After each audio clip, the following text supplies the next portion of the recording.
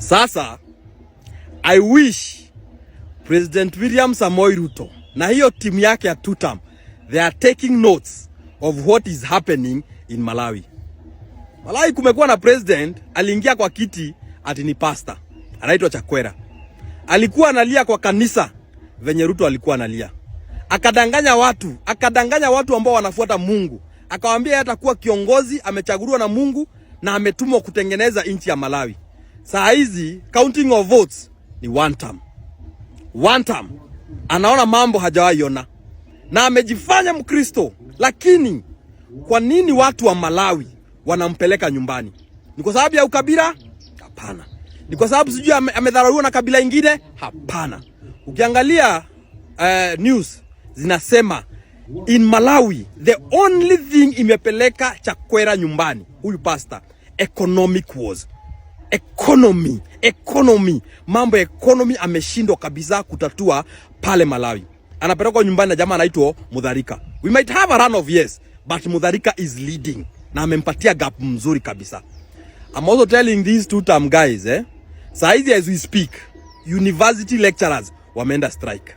Hakuna pesa ya kuwalipa, but kuna pesa ya kupatia watu 10,000. Wamejaa State House. Kila mtu. Juzi Friday kumekuwa na empowerment ya walimu ati wakuja waexplainiwe how Ruto anasaidia education. Jana kwa gazeti ilikuwa imesema for the first time tumekuwa ile education system yetu for the first year in 7 years ndio imeenda low kabisa in capitation. Ruto amekata from 22,000 to 15,000. Hiyo 5,000 or 7,000 amebakisha hapo. Sasa ameanza kuita walimu State House 10,000 teachers akiwapatiaga 10,000. Unashindwa, what is wrong with this person? Mtu wako na over 50 advisors. Hakuna hata mtu mmoja anamwambia you cannot empower a nation by giving out handouts. You are killing this nation. Ruto nilikwambia cheza hii kadi yako ya hii kabila na hii kabila.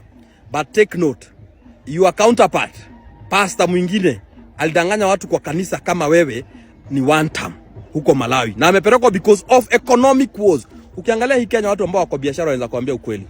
They are selling nothing. Ukiangalia contractors wanaweza kuambia ukweli. Their money hawalipwi. Ukiangalia kama ni university saa hizi watu wameenda strike universities. Hakuna. But ukiangalia kwa e-citizen unasikia pesa za e-citizen over 12 billion zinaenda kwa private accounts. Nauliza wa Kenya, is that the kind of a country you'll be proud of? Kama wewe ni mzazi, is that a kind of a country saa hizi mtoto wako kwa university anakuambia hatusomi? But jioni mtaangalia kwa TV muone Ruto ateme meet a group youth of Githurai na kila mtu anapewa 20,000. Yani country yani imekuwa kama takataka. This guy is leading our country in the wrong direction. Sometimes hata naangalia watu ambao wanasema two-term na shindwa. Are you guys yani mnafikiria nini when you are doing that? Na hii si country ya watu wengine, ni country yenu na ni yenye nyinyi mtawacha watoto wenu. The question here should be the question yenye Genz walikuwa nauliza, economy. Wacheni kutomea mambo ya hii kabila na hii kabila, my friend. Watu si washenzi, my friend. Hata hiyo kabila yenye mnasema haitaki Ruto aongoze, my friend, for your information, hao ndio walifanya Ruto akakuwa president. Si ati walikuwa na mdharau. Hao ndio walifanya Ruto akakuwa president. Na saa hizi even their businesses they have closed down. Watoto wao hawasomi. Hizo ni mahospitali, my friend. Unasikia ati over how many hospitals? Hundreds of hospitals. They are receiving money from SHA, hospitals that do not even exist. Alafu wanaweka vitu kwa bag, kwa makaton.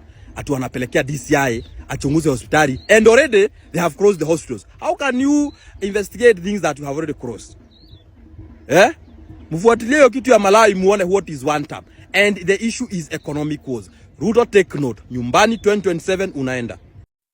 The stakes are high in Malawi's general election, which is less than 24 hours away, with the incumbent President Lazarus Chakwera facing off against familiar rivals, including former heads of state.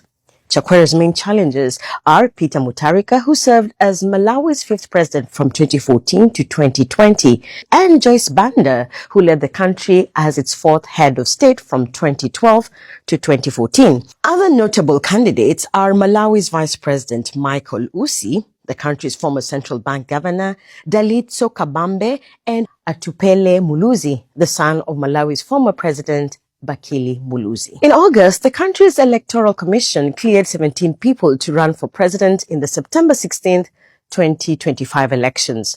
Approximately 7.2 million Malawians out of a population of around 22 million are registered to vote. But what are the key issues in this election? Number one, the country's economy. The cost of living has significantly increased and more Malawians have seen their incomes dwindled as inflation topped 20% in 3 consecutive years.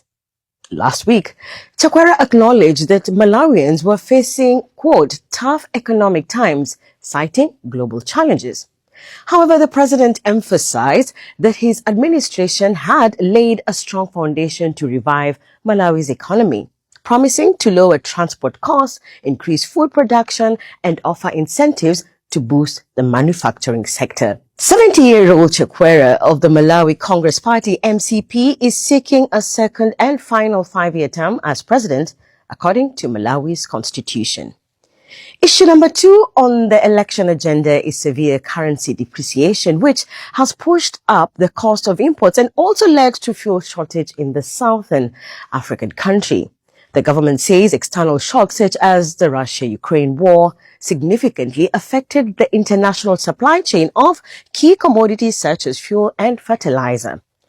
Anchoring their campaign on these key challenges, Malawi's opposition, led by former President Peter Mutharika and Joyce Banda, have pledged to revive the country's economy.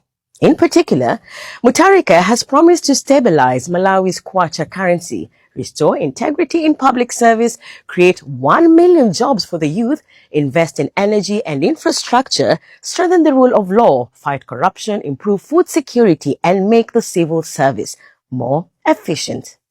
85-year-old Mutharika will run on the Democratic Progressive Party DPP ticket. On the other hand, 75-year-old Banda of the People's Party PP has pledged to prioritize free secondary education, maternal health services, affordable farm input loans, and job creation. For his part, 56-year-old Vice President Michael Usi has promised to decentralize development, branding himself, quote, the solution to Malawi's problems. At the same time, a former central bank governor, 51-year-old Dalitso Kabambe, has promised what he describes as economic revival and result-oriented leadership. Former President's son, 47-year-old Atupele Muluzi, who has served in several ministerial positions, offers economic revival message and what he terms commitment to political reforms. In Malawi, the presidential candidate with the majority vote is declared elected. Mr. President, let's be honest. You're the only one still bringing up tribalism like it's 1990. We're not fighting over tribes. We're struggling with joblessness, high taxes, police violence, and broken promises. Every time we speak up, you throw in tribal lines hoping we'll look the other way. But guess what? We won't. We're Gen Z. We've got receipts, internet, and zero chill for bad leadership. We don't care what tribe you're from. If you're not serving the people, we'll say it loud. Stop using tribalism to cover failure. It's tired. It's weak. Fix the economy. Protect our freedoms. Respect the people. We've moved on. Maybe it's time you did too. There comes a moment when one must search for a cause, a work, an ideal under which he must give himself. Whether he says yes or no is a challenge to be determined in the future. There comes a moment when we become tired of trying to fill a bucket that is leaking, as we must get a new vessel. There comes a moment in a man's life when to get where we have to go, where there are no doors or windows, we must walk through walls. There comes a time in a moment of a man's life when he must choose to stand or run. A moment when you must look up the bench and you have to say to yourself, can't anybody play this game better? And you realize that you must be the one. There comes a time when a decision by a man to get into the arena has often been made by the difference between the greatness or mediocrity of a nation. That is why I am in this. Safina Party is all about the economy. It is the economy, stupid. And those who will see that it is the economy will join Safina Party. And there are many people who have expressed interest to even contest for positions on Safina Party tickets. At the right time, we are also going to unveil our machine. The engine has been turned on. Safina is coming. You know, a ship comes slowly and gently. You may think you are seeing a small speck somewhere at the back. Before you know it, you see a massive ship. That is Safina. Safina Party, the economy. So the act is humming. The act is coming.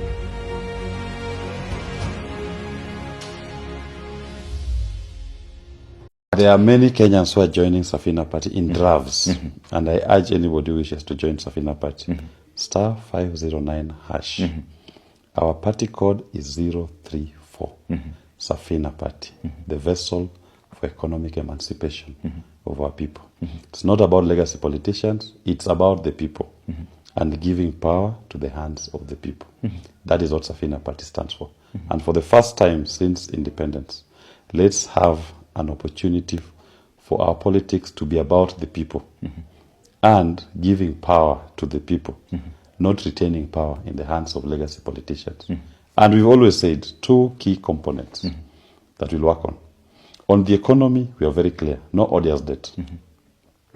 What that means is free education from primary to tertiary, free healthcare. We are going to reduce VAT, 16% VAT, we are going to do away with it. And we are also going to give people an opportunity to get access to credit. The money that is held by banks, government should not borrow that money. That money should be available to Kenyans to borrow. Okay. And what that means is this. Interest rates will fall to even 3%. You borrow 1 million, your repayment is only 30,000 in terms of interest. In a year. You borrowed 1 million, you are paying interest of only 30,000. What can't you do? And OCPDs must be elected by the people. It's time the people take control of their security by electing the above. Orders from above will never come from Nairobi. The above will be the people. That is Safina. Anybody who believes in that, welcome to the ARC. Well, we wish you all the best. You said it's 18th of September. Yes. Ruto simpigi kura. Amenajisi inchi. Bila kutumia hata kondom.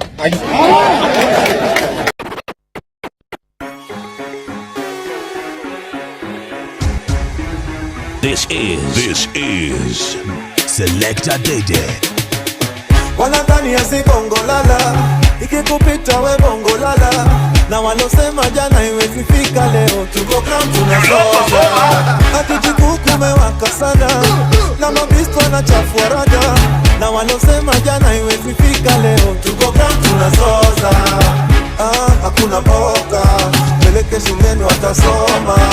Madaktari wamegoma, hapa sani Yesu atatuponya. Wambie punde imechoka sana, farasi bado ijapatikana. Ni mandai wanagonya na mali wanaponda, unakonda wananona. Mandamano, mandamano, mandamano, mandamano, amise mandamano, mandamano, mandamano, Jam down shuffle.